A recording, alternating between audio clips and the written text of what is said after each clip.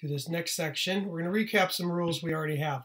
Rules don't replace the other one. So just know that they are not replacement rules. We're just going to rewrite the rules that we already have. First one is the derivative of a constant all by itself is 0.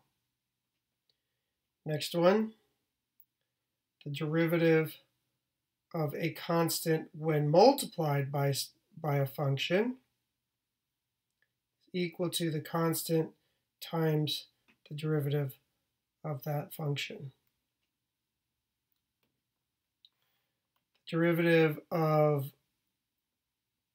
a function or power function, x raised to some power, is you drop that power down, reduce the power by 1. And then finally, the derivative of a function added or subtracted to another function, you just differentiate each individual function and add or subtract it. Okay? So here's another new set of rules to put into your head. So write them down. It's a new set of rules. First one is the derivative of e to the x.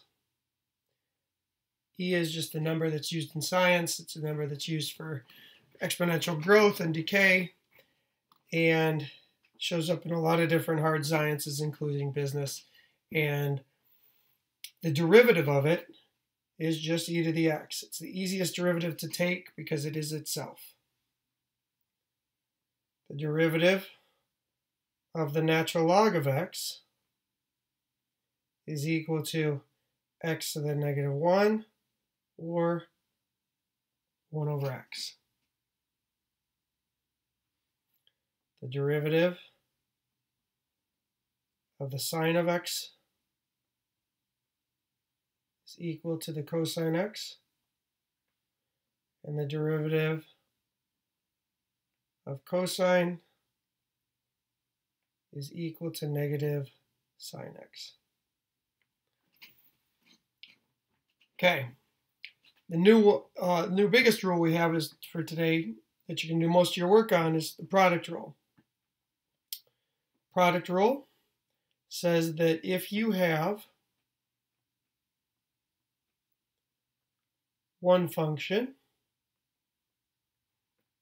let's make it g of x times another function h of x, that's equal to, what you do for this is when you think about product, think about the word times.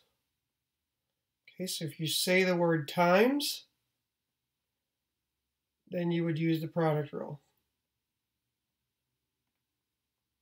So if we say the word times when we read it out loud, then we use the product rule.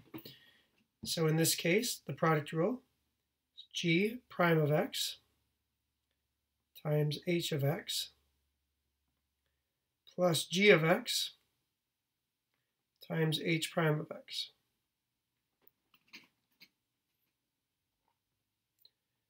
Okay, so we're going to do some examples. Here's the first one. Now I'll do this one and I'll use some highlighters and kind of highlight stuff. But you got this first function. This is that function g. So when we think about that function, think about that as the function g. Think about this other function right here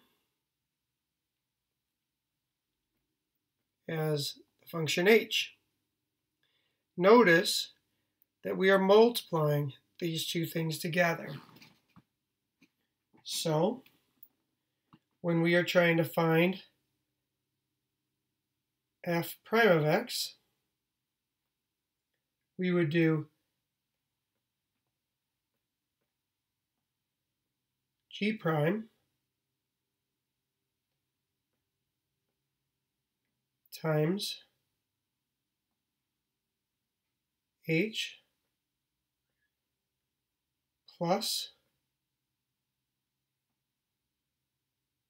G times H prime. So that's what we're going to do. So we're going to write this out. F prime of x is equal to G prime. So if we take the derivative of G, we bring that power down. Negative 2 times negative 3 is 6. We're going to reduce that power by 1. The derivative of 5 is just, negative 5 is just 0. Then we're just going to rewrite h. 4 plus 3x plus 7x to the negative 3. There's G prime times h plus G, which is negative 2x minus 3 minus 5 times h prime. H prime would be 3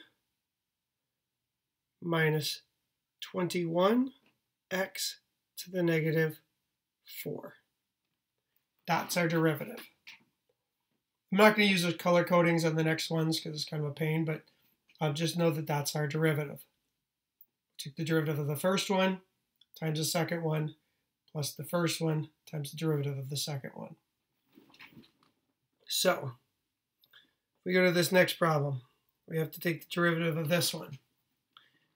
F prime of x is equal to the derivative of the first one, which should be 10x to the negative 3. Leave the second one alone.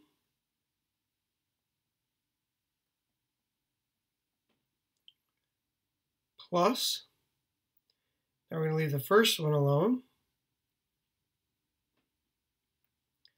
Take the derivative of the second one.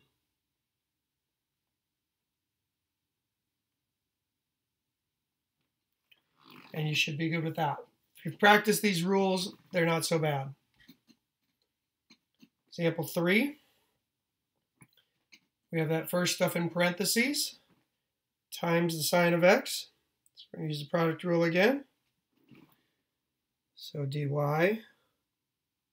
dx is equal to derivative of the first one, which is 2x, minus 9x squared, times the second one, which is just sine x, plus x squared, plus 4, minus 3x cubed, times the cosine of x.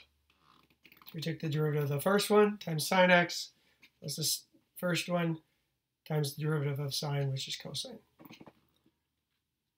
Last problem.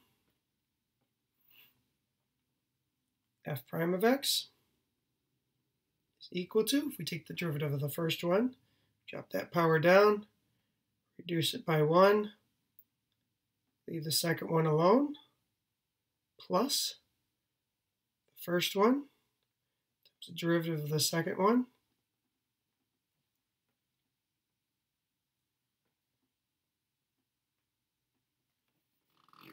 and that's the derivative. It says do it in any form, so Delta Math will accept any of those forms. Hopefully that makes sense. Good luck.